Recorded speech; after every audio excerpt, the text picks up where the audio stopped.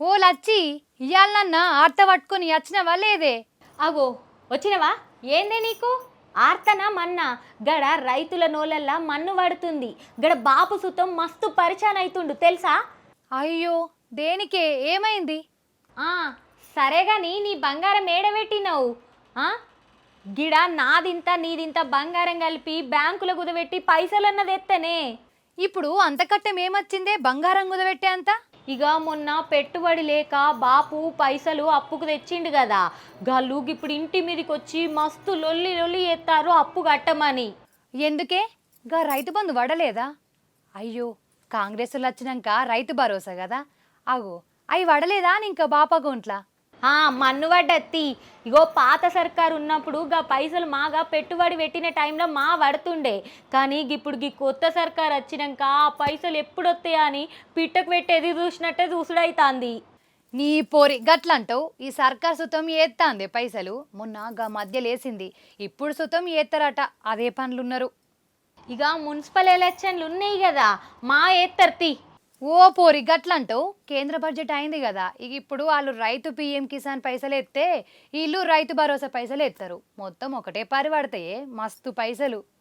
ఇక పైసలు వాళ్ళు వేసినప్పుడు చూద్దాంతి. కానీ ఈడ ఇంటి మీదకి అప్పులోళ్ళు వస్తే బాపు ఎంత గౌరవడుతుండో ఎరికేనా? గదే వాళ్ళు టైంకి ఇస్తే రైతులందరికీ గింత పరిశాన్ ఉంటుందా చెప్పు? అరే పైకం ఉండద్దా? అన్నీ చూసుకొని ఎత్తరే. అవు తిరిగేతందుకైతే పైసలు ఉంటాయి కానీ రైతులకి ఇయనీకి పైసలు లేవు. మొన్న గా దేశాలన్నీ ఏలేతందుకు పోయే కదా. వాళ్ళు తిరగవేందే మన తెలంగాణకు పైకం తెచ్చేతందుకు. నీకు సగం తెలుసు సగం తెలియదు. పెట్టుబడుల కోసం కదా పోయింది. అవునే భాగ్య, కానీ నా బాధంతా జరా గీ తొందర రైతు భరోసా లేకపోతే పిఎం కిసాన్ ఇస్తే రైతులకు గిదంతా పరిశాన్ ఉండదని. నువ్వన్న సుతం కరెక్టే గాని వాళ్ళ తాన పైసలు ఉండాలి, లెక్కలు తీయాలి. ముందే అప్పుల తెలంగాణ అంటాన్రు, అన్నీ చూసుకోవాలే గాని లచ్చి. ఇగో గదంతా నాకు తెలియదే భాగ్య. రైతే రాజు అన్నప్పుడు రైతు సౌలతులు ముందు తీర్వాలే. ఇగో ఒకవేళ రైతు వండియకపోతే అన్నం కాకుండా మన్ను బుక్కుతావా అనే నువ్వు? అట్లనే రైతు సాగు చేయక సత్తే తిననీకి తిండి కూడా గతి ఉండదు. మరి రైతు దేశానికి వెన్నుముక కదా, మరి రైతుకు అన్ని సౌలతులు కల్పించాలి. సరే సరే గాని గిప్పుడు నీతోటి నాకింది గాని గా బీర్వలు పెట్టొచ్చిన బంగారం తీసుకుపోయి కుదబెట్టి అప్పులు కట్టుపోన్రి, బాపును పరేషన్ కాకమను. ఇక ఇదంతా సరే గాని అసలు సర్కారుల పైసలు ఎప్పుడు పడతాయి అట్నే? పడితే ఈ మధ్యలో అవి వడ్డంక తీసుకొని బంగారం ఇడిపించుకురా గాని ఇప్పుడైతే ఓ. నువ్వు చెప్పిన సుత కరెక్టే కానీ గీ బంగారము బ్యాంకులో పెట్టబుద్ధి అయితే లేదే. ఎందుకంటే అది మస్తు పిరమైంది. వాళ్ళు ఆయనతో మార్తెట్లా నకిలీ గిట్ల పెడితే ఏం చేయాలి?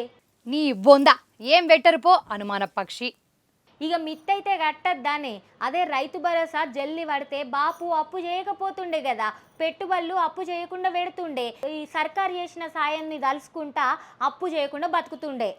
మరి పంట మంచిగా వండుతుందా అనే ఈసారి? మన్ను పంట వండుతుంది తీ. కొట్టే టైంకేమో ఆనలు కొట్టవు, మందులేమో పిరము, గిట్టుబాటు ధరలేమో తక్కువ. ఏం రైతో ఏం కట్టమో పో. నాకు ఇక బ్యాంకుకు టైం అవుతుంది, నేను బ్యాంకుకు పోయొత్తాగు. ఒక్కో పరిమళ వచ్చి చెప్పింది కూడా కరెక్టే అనిపిస్తుంది కానీ ఇక సర్కారు కూడా చూసేత్తెత్తి యుర్రి.